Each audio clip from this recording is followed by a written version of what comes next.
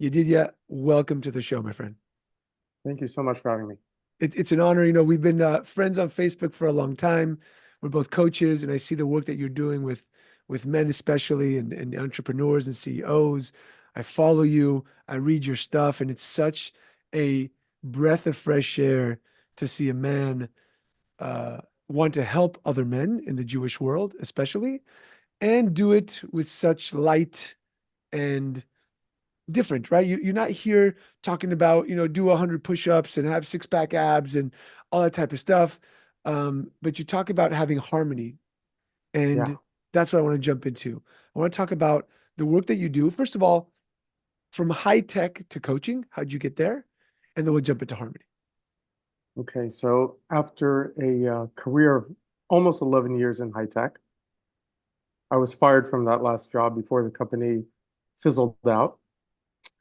And I actually tried getting back in for 9 months, sending my CV, not getting much traction. And that was one, one extra step in my wake-up call of understanding that perhaps I'm aiming in the wrong direction because I've had tons of experience, accumulated knowledge, connections, and yet nothing's working. So I ended up joining the Biblical Museum of Natural History. They brought me on as CMO and head of biz dev, and shortly after that also became the main tour guide and had the privilege of personally guiding over 15,000 individuals from more than 40 countries around the world. Nice. And then when COVID hit, museums were one of the first types of businesses that had to shut their doors. And that meant that they had to let go of most of their staff, including me.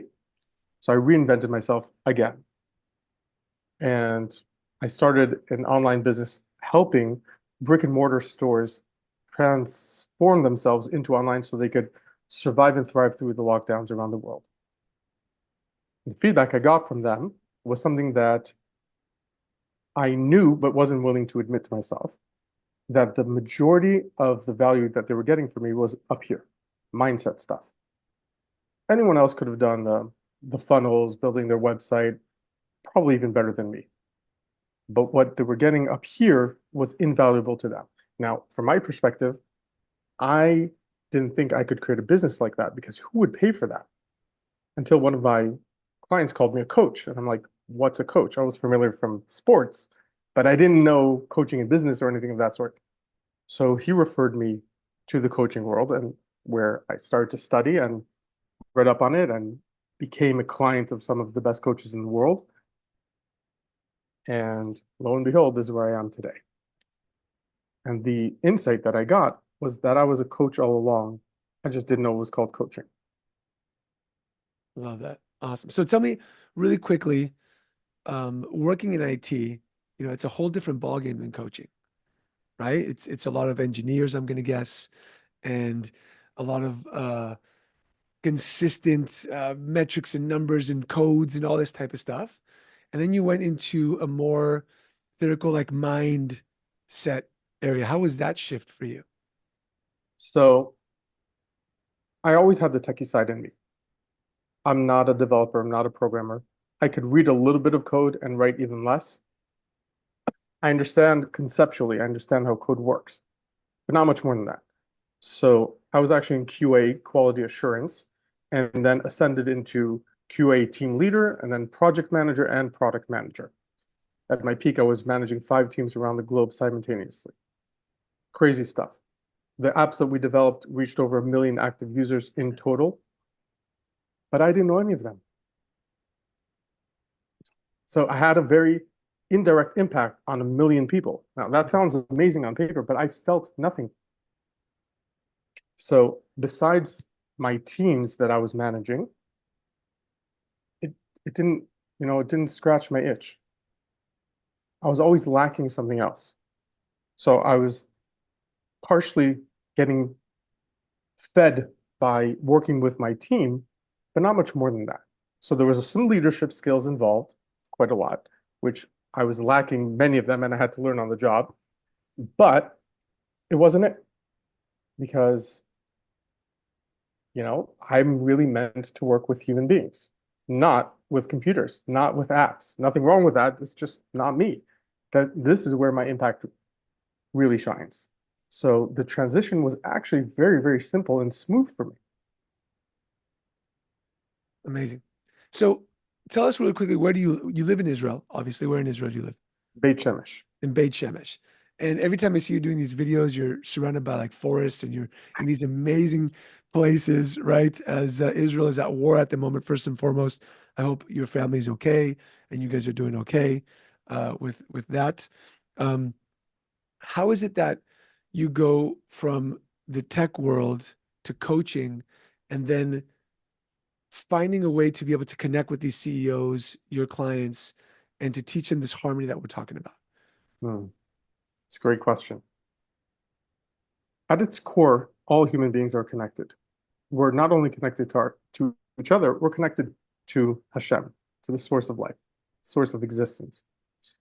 And you don't need to necessarily connect to people at the level that they think they need to be connected to you at. If you reach, or let's put it this way, if you circumvent the traditional way of reaching people and connecting with them at a deeper, more meaningful way, some of them get their dormant spark lit up again. Mm.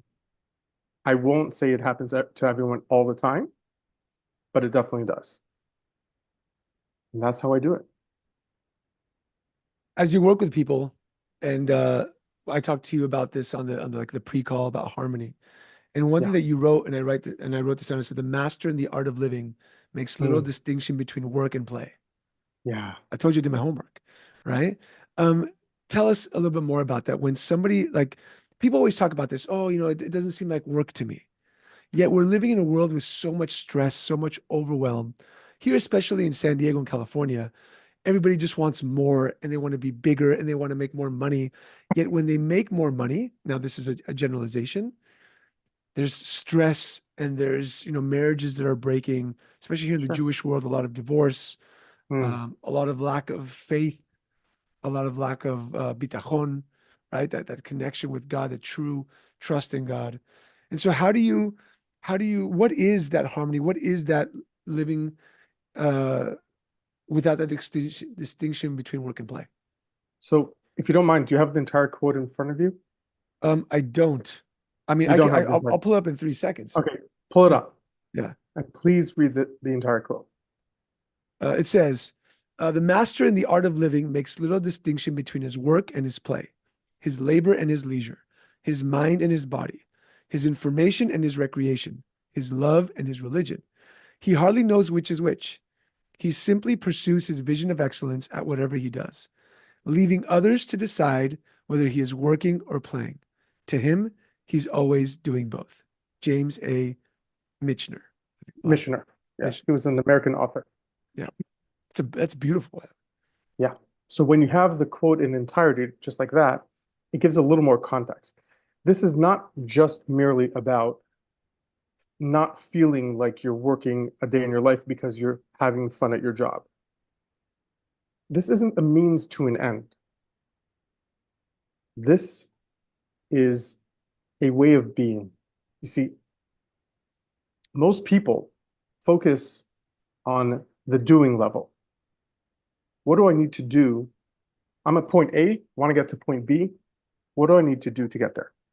Sometimes they'll come to a person like me, like a coach, a mentor, a consultant, and that mentor, consultant, or coach would draw up a 25-point plan of what the client needs to do.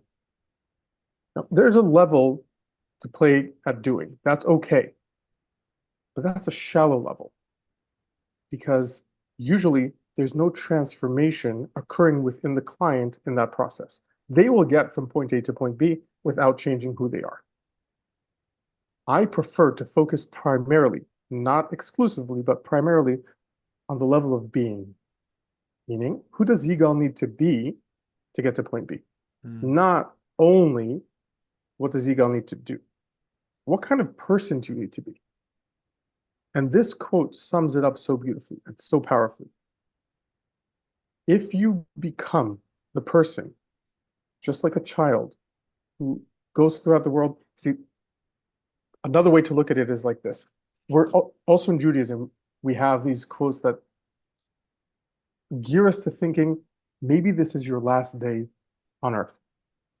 And when you really embrace that thought, you would start choosing different actions and different ways of showing up in the world. But there's another way to do it too. What if this was your first day?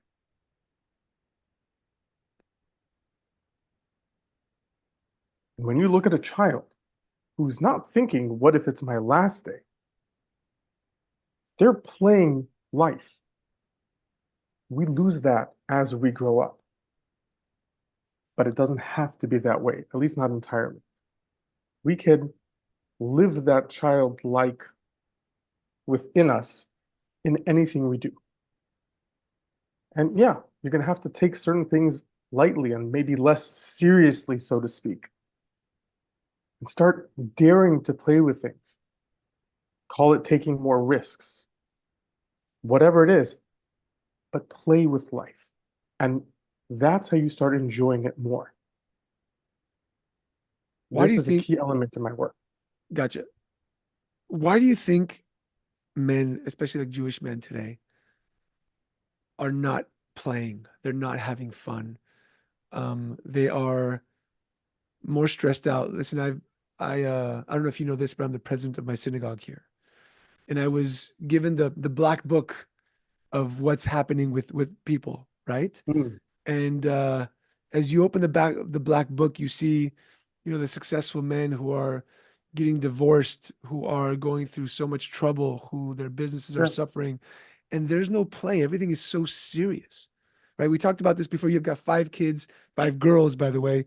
Bravo to you. May God give you patience and and love I have the and long best wife life. in the world, so I'm blessed there. Amazing, amazing.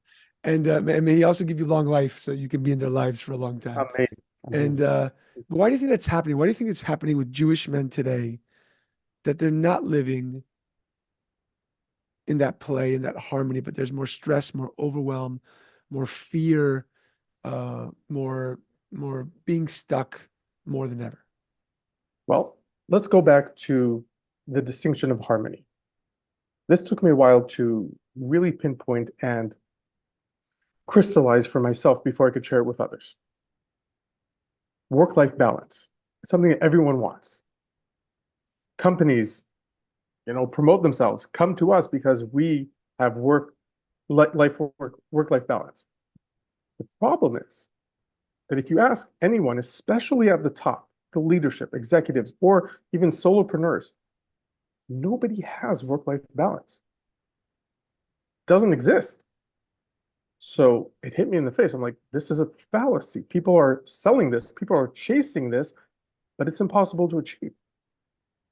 So there's one of two options. Either you have to make a choice between work and life because work-life balance doesn't exist, or alternatively, there's another answer.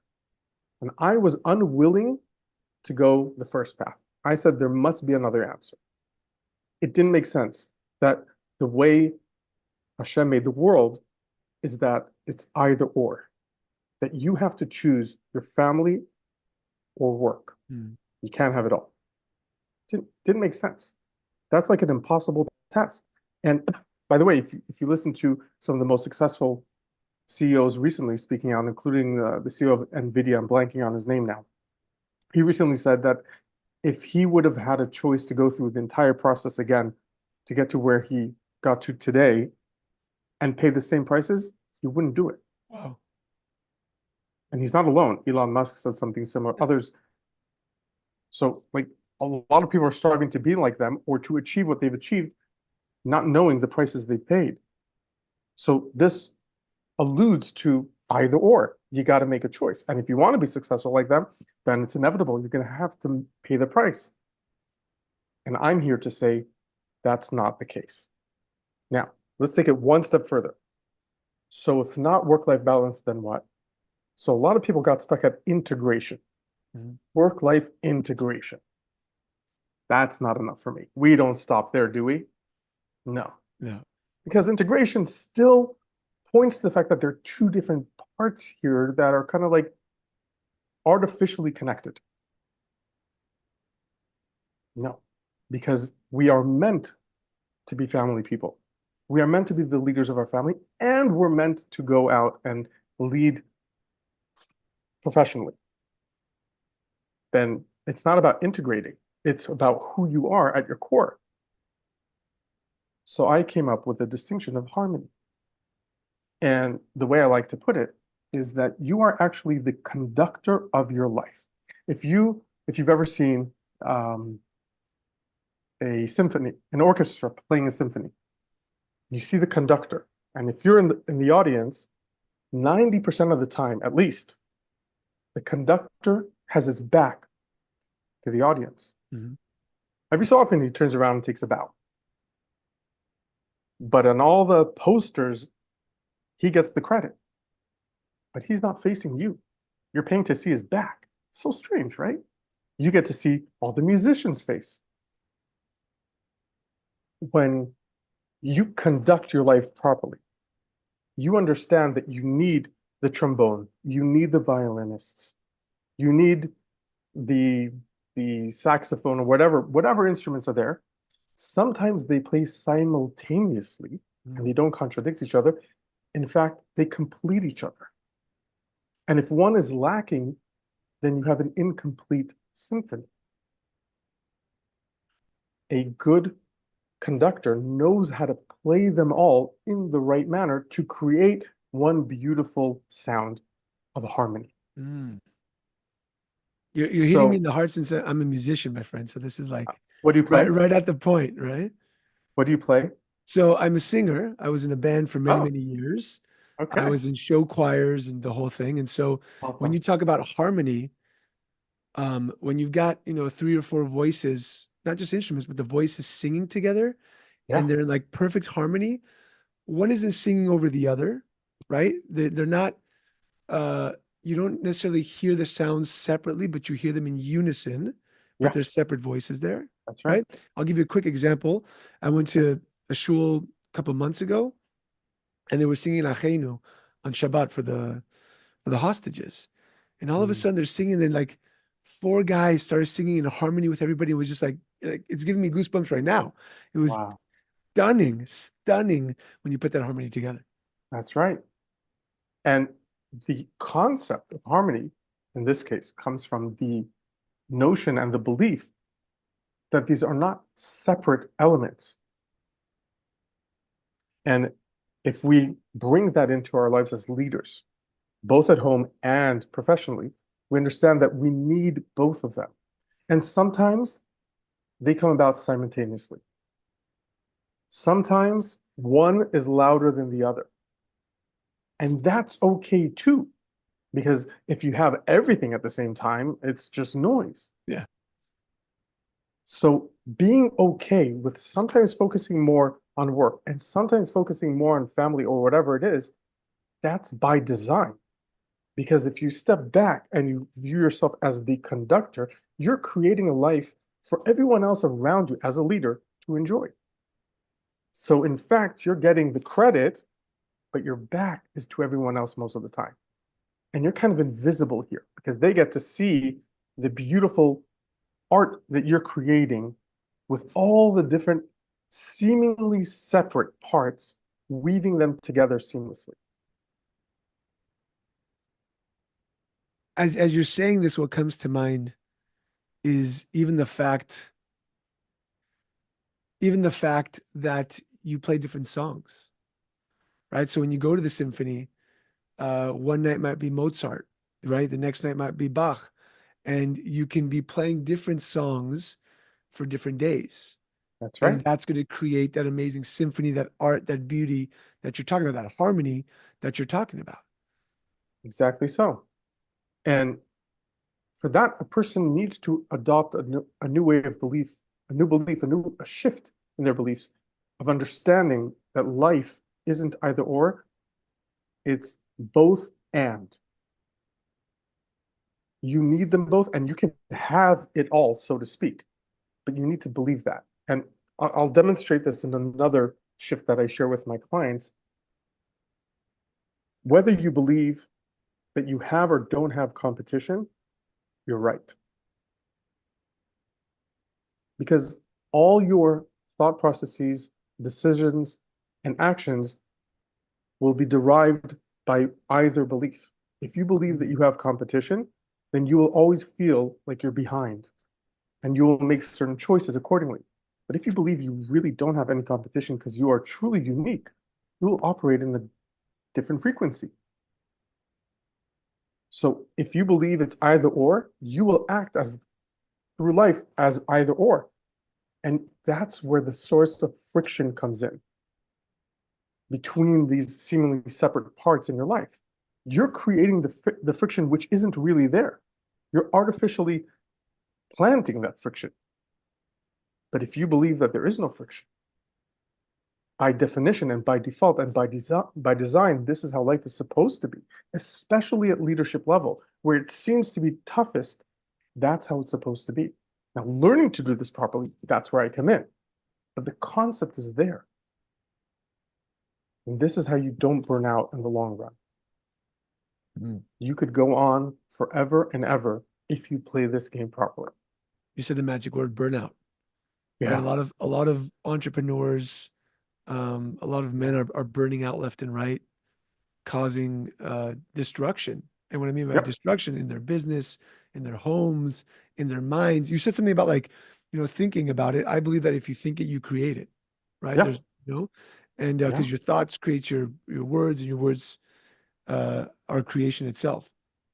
Tell me this, and I want to ask you because for those of you who are not watching this on YouTube, but you're listening to the podcast, Yedidya is wearing a kippah. He has this epic beard, and I think it's the reason I'm saying this is because I feel like you've got a harmony where you've learned from some of the best coaches in the world on the secular level, and you've also dove into, excuse me, dove into the Judaism world, right? Yeah, And there's a harmony in those two things for you. Can you talk a little bit about that? for sure. This has been an ongoing theme throughout my entire life, is understanding that truth can be found everywhere and anywhere at some level. It's not my idea, right? Our sages teach us that Ezu Chacham Halomed Mikol Adam, who is the wise one, the one who learns from everyone. It's all there. I'm not inventing anything new, but applying this is where I'm a bit different than most people, because I look for these gems and these useful and applicable ideas and distinctions that may come from different sources. And I bring that in, either find a similar source in our Torah or our sages, and sometimes it's just coming from the outside, like Chazal teach us, "Chochma b'goyim ta'amin." If someone tells you that there's wisdom within the goyim, you believe it. That's a possibility. They don't have a Torah. We're the only ones with Torah, but they have wisdom, and we could study from theirs too. And combining this turns it into an extremely powerful serum, I would call it. Well said. I like that serum. And how did you 5 girls, an incredible wife, you said, living in Israel. How does one walk us through that harmony? I mean, wake up. So you said 14 to 4 years old, right? Right. Yeah. Right now, we just put our 4-year-old, we took her out of the crib and she's in a regular bed. So she comes to our bed almost every single night now, waking us up, right? Our sleep isn't that good. Coming to work, the wife, the breakfast, the lunches, how does harmony work? Because somebody listening might say, oh, it's very nice to say, right? Very cute to say the serum and the harmony. How do you live life in that harmony? What do you do when you wake up every single day? Yes, your wife is incredible, but there's 5 girls. You've got work. You've got to pay the bills. There's a war going on, missiles flying over you. How do you stand in that harmony, in that conviction consistently? So staying in the conviction is actually pretty easy for me. Applying it at all times, by no means do I claim to be there yet. I am That's far from ninja there. status. I am far from it, um, relative to where I would wish I was at the moment. I'm totally okay with where I am, but I know there's miles to go. So do I ever, get upset at my kids? Unfortunately, yes. And do I ever get agitated? Yeah. But I also know at the same time that there's a bigger picture at play. And I just shared with you before we started the recording this one case that I had where I was giving a seminar remotely on Zoom to a team in Mexico. And then my daughter was, she was 5 years old. She climbed on my shoulders, started pulling my kippah off, and then stretching my beard in all directions. And I just kept going. And all I did was I asked these executives, is this distracting you? Because if it is, then I'll take care of this. I'll take a minute. I'll put my daughter in the other room and we'll figure it out. If, however, this is not distracting you, I could keep going.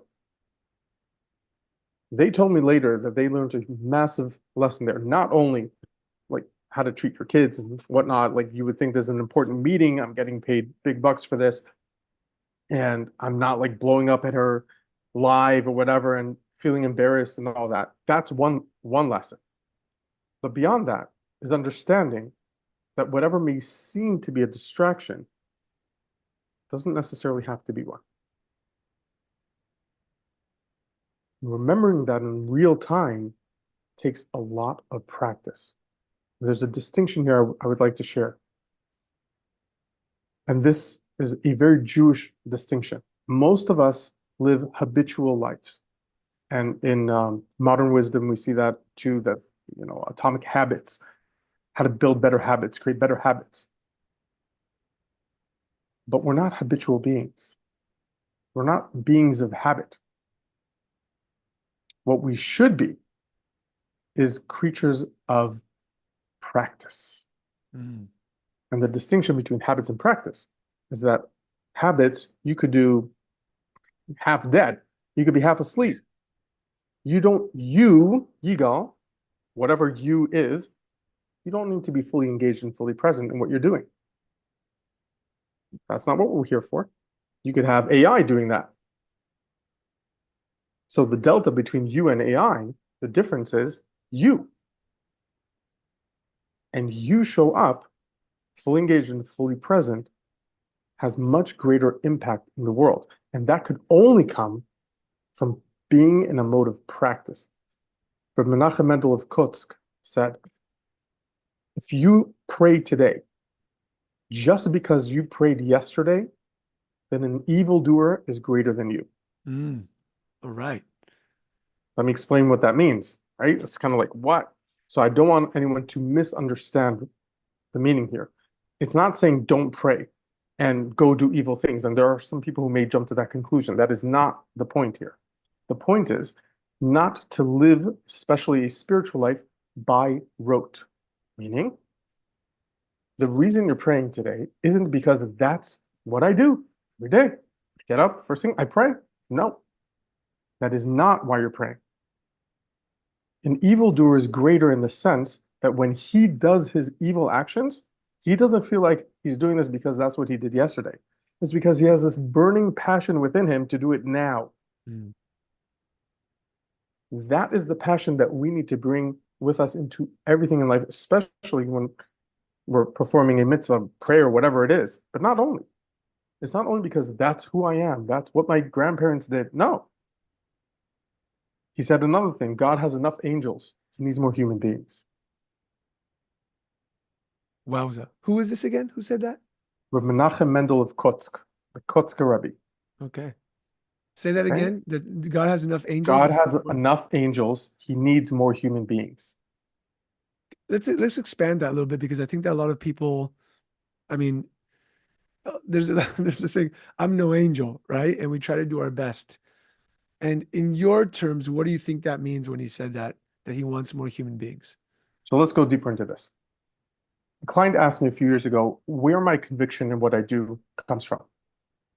And I shared with him this insight of Reb Tzadok HaKohen of Lublin, who died in 1900. And I'm paraphrasing now, but he says something along these lines.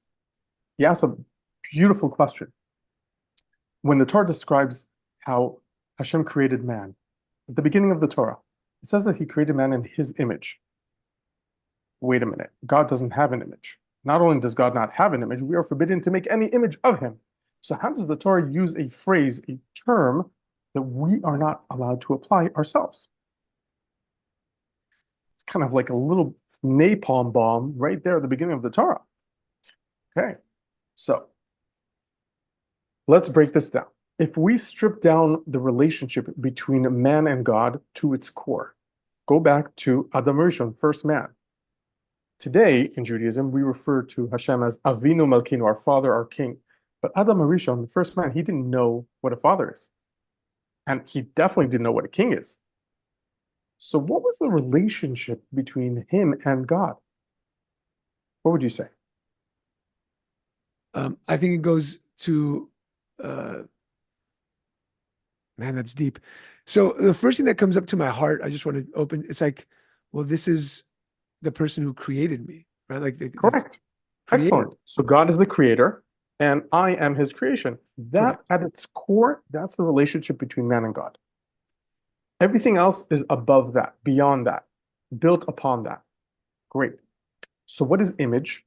Image is perception, how you perceive it. Just like you have an image of, you could take a photograph, that's an image. You could have an image in your mind, your perception. So man's perception of God at its core is creator. So when the creator comes to man and says, I created you in my image, meaning how you perceive me as creator, that means, what are you? Creator. Oh, creator. No, Yeah. creator. Correct. I created Correct. you in my image. Correct. So I'm the creator. Now, true, you're not at the same scale as God, but you are a mini creator. So Tzadok says the following. The same way there's a mitzvah, a commandment to believe in God, so too there's a mitzvah, a commandment to believe in man.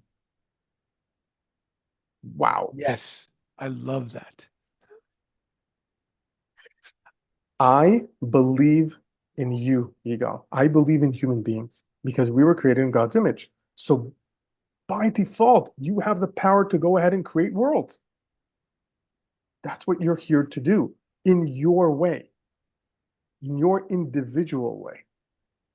I have another belief that God doesn't play redundancies. Therefore, if you were created, there's a specific individual unique mission for you to complete on this earth that no other human being in the chain of history, past, present, or future, can do. There can be some overlaps, nothing 100% identical to yours. Because if there was, then you would be redundant. And God doesn't play redundancies. God has enough angels. He doesn't have enough human beings. Amazing. Man, that hit hard because I think that first I want to go back to what you said about the doing the same thing over and over again, just like the habit. By rote, yeah. This morning, I go pray at my daughter's school. I drop them off and they have a shul there and they have the minyan with the kids. And so I went and I bought a book that has the Hebrew and then like the English right below it.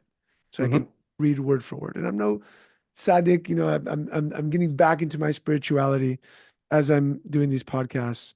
And I read one line that just kept coming out to me over and over again.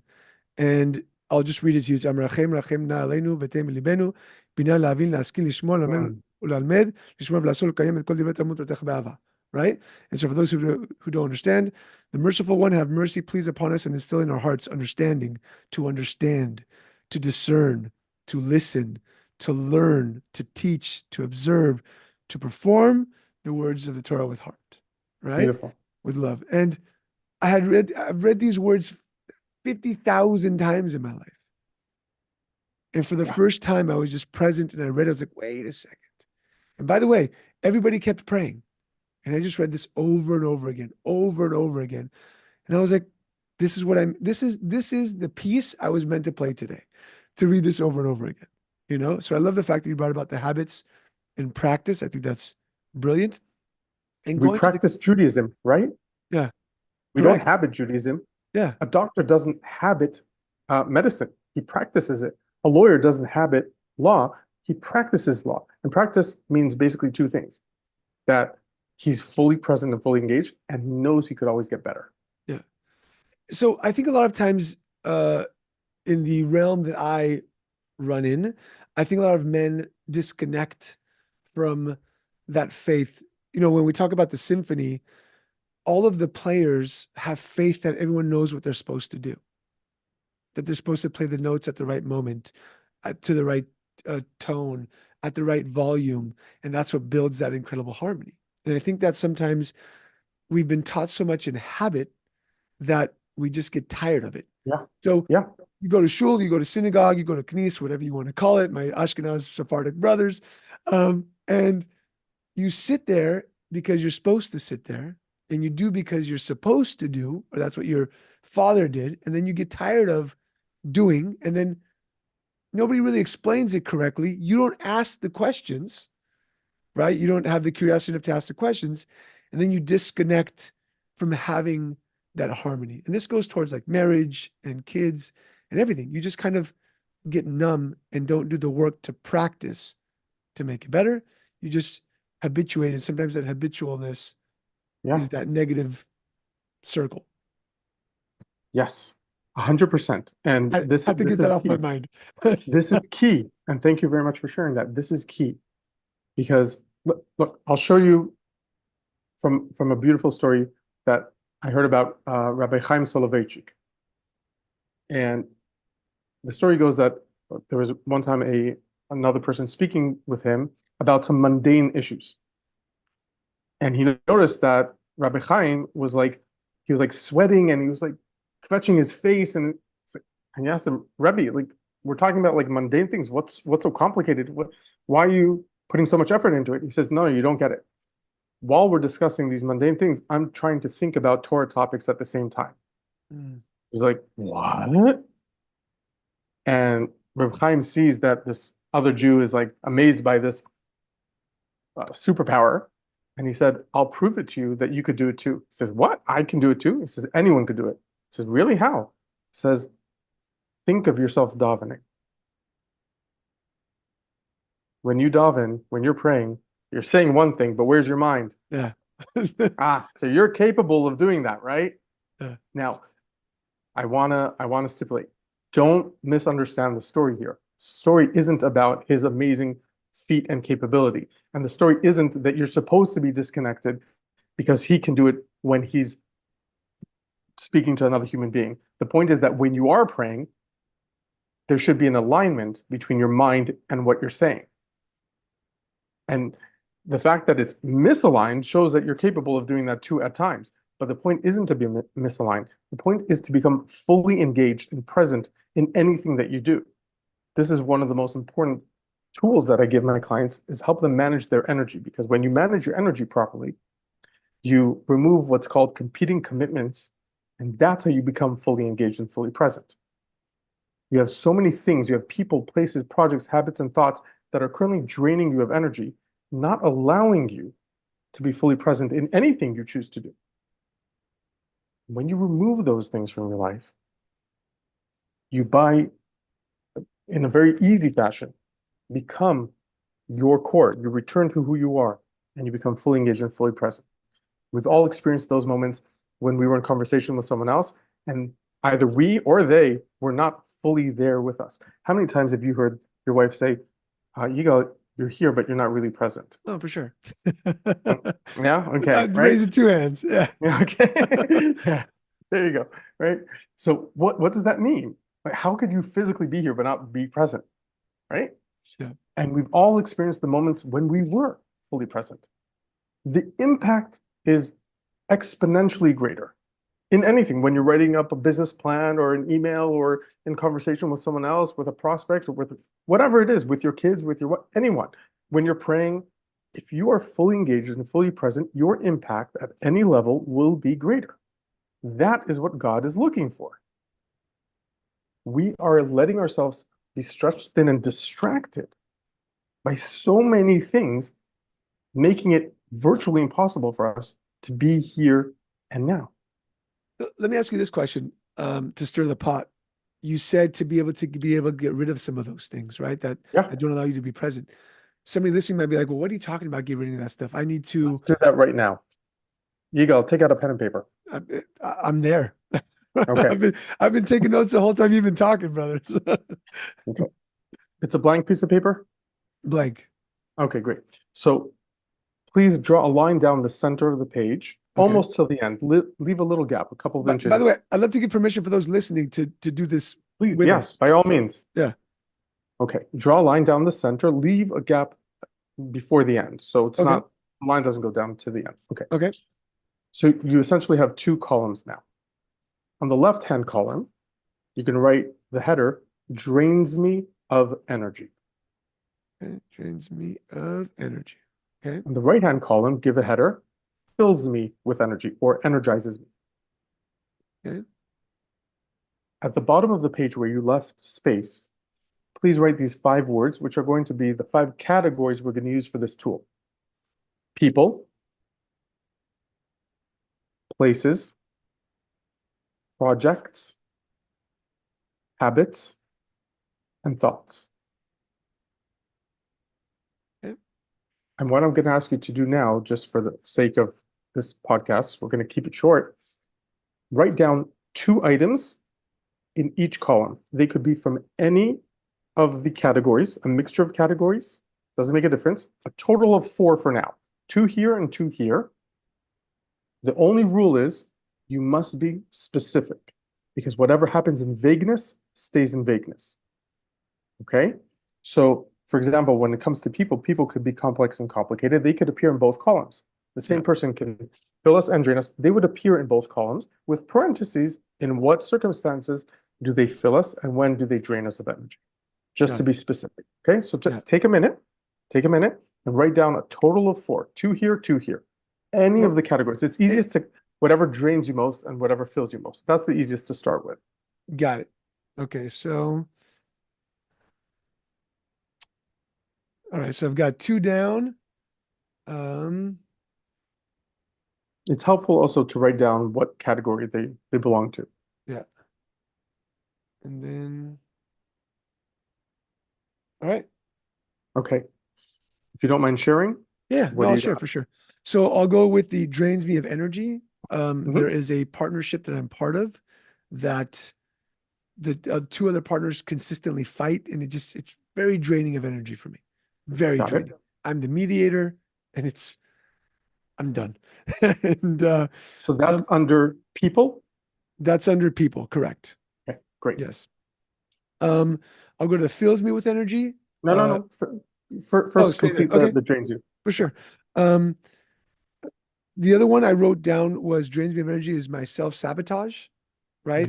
The lack of confidence sometimes in doing what I need to do and knowing that I'm great at what I do. Okay. And that would be under thoughts. Correct. Yep. Okay, great. Move on to the fills you with energy. Fills me with energy. My family, being with my family, my kids, spending time with them. I love that. Love that. And the second one is giving live workshops, going to a company and, presenting for 4 hours. It's where I belong. I believe that's where God's gifted me. That's where I just. Brilliant. Yeah. Excellent. So what I invite you to do is to fill both columns. And this works at 2 levels. First of all, becoming more aware of your energy, what drains you and what fills you, because that alone can be the first step of your transformation. Most of us are not really aware of all the things that drain us and fill us with energy. But we don't stop there, because the main step is the next one. And that is one by one, we remove all the things that drain you of energy. And we aim for at least 70 to 80% of them. Because some of them can be very challenging to remove. There's nothing impossible, but challenging. So there's a process that I take my clients through and help them remove the more difficult ones. Most of them prove to be quite simple to remove. And when you do that and you reduce all the things that drain your energy, all the people, places, projects, habits, and thoughts that are currently stretching your mind in opposite directions, multiple directions at the same time, and you're left with one column, all the things that fill you with energy, you're constantly being plugged in to your source of energy because everything you do is just filling you for the next thing. Not only in your activities, but the people you hang out with, the thoughts that you carry with you that typically would have drained you are no longer there. Man, this is awesome. This is so tactical. Like and I believe in writing things down and seeing it instead of Yeah. just, talking about it. Mhm. So if you're listening, do this exercise that you did, just Called an energy audit. energy audit. Write that down. Do the energy audits. I I think it's want to give credit to my mentor, Rich Litvin. I learned Okay. this first from him. I don't think he's the inventor of this, but he did modify it as far as I know. Got it. And credit to him. He's I another Jew. appreciate you doing that. Yeah, Let's that's give him amazing. let's give him the credit he Yeah, and I deserves. feel like I've heard of Rich Litvin from Yeah, someone. he's one of the top coaches in the world. Got it. Oh yeah. Do this. I was going to ask you, how do we start? What's one step that we can take towards harmony? I think you've just given it to us to Yeah. be able to just write it down and just get clarity on seeing it, Right. So this is step number one. Getting aware of your energy and then starting to remove the drainers from your life. But I want to share another idea, another distinction that I came up with that it's going to come out of left field, but the moment you see this, you can't unsee it. I call it the harnessing the power of the void. Sounds kind of like whatever, Star Trekky, Star Wars, whatever you want to call it. Lack of a better name. There is a 3-step process for creating desired results in your life. And a lot of the times we skip step 2. I'll give you a few examples. Have you ever baked bread? Once. Once. Do you recall the process? It was a long time ago. I had to get the dry ingredients, right? Yeah. I had to get the wet ingredients, Mhm. Mix them together, Mhm. allow for it to rise. Thank you. And then knead it or, put it into the shape and then bake it. Mhm. Excellent. Men, listen up, because I'm sure most of you, if you're honest, would have said, I didn't remember the rising part, right? You go to the gym? Yes. Okay. You lift weights Yes. in order to build muscle or for another purpose? In order to build muscle and to feel good. Great. Okay. Let's focus on building the muscle. Okay. The way to build muscle is to lift weights. If you were to lift weights 24/7, nonstop, what would happen to your muscles? They disintegrate. Why? It's just overexertion, too much. It's because when you're lifting weights, what you're actually doing is tearing the muscle tissue apart. When does it grow? When it comes back together, right? When is that? During resting period, when you're not actively lifting the weights. Okay. In the olden days, they used to whisper in the girl's ear, play hard to get. Familiar with that? Okay. So let's go back in time a bit in the courting days or even dating times. Guy shows up, girl shows up. Let's say there's chemistry between them and they want to get together. What happens? They whispered in her ear, play hard to get. So she disappears from the picture. And now he's freaking out. Wait a minute, where'd she go? It was looking good. Like, what happened? Right? He's freaking out. Assuming she wants to continue, she reintroduces herself. And now, if they get together, the bond is ever more stronger. What's the secret here? There's a pattern. 3 steps. Step number 1, you must introduce effort. Effort could look like money, physical power, energy, attention, time, any form of effort must be introduced. Step number 2, temporarily refrain or reduce said effort. Step number 3, reintroduce effort. It could be the same effort as step number 1 or a different effort, but effort must be introduced. That's the secret formula for achieving desired results. If you skip any of them, you will not get your desired results. You will get results, but not your desired results. And the secret ingredient is the second one. Especially men who have a tendency to go into action and believe if I don't do, then it won't occur, it won't happen, I won't get what I want, you will fail. You have to do the most counterintuitive thing as part of your process, and that is refrain from the doing. You need to let the dough rise. But I'm not doing anything.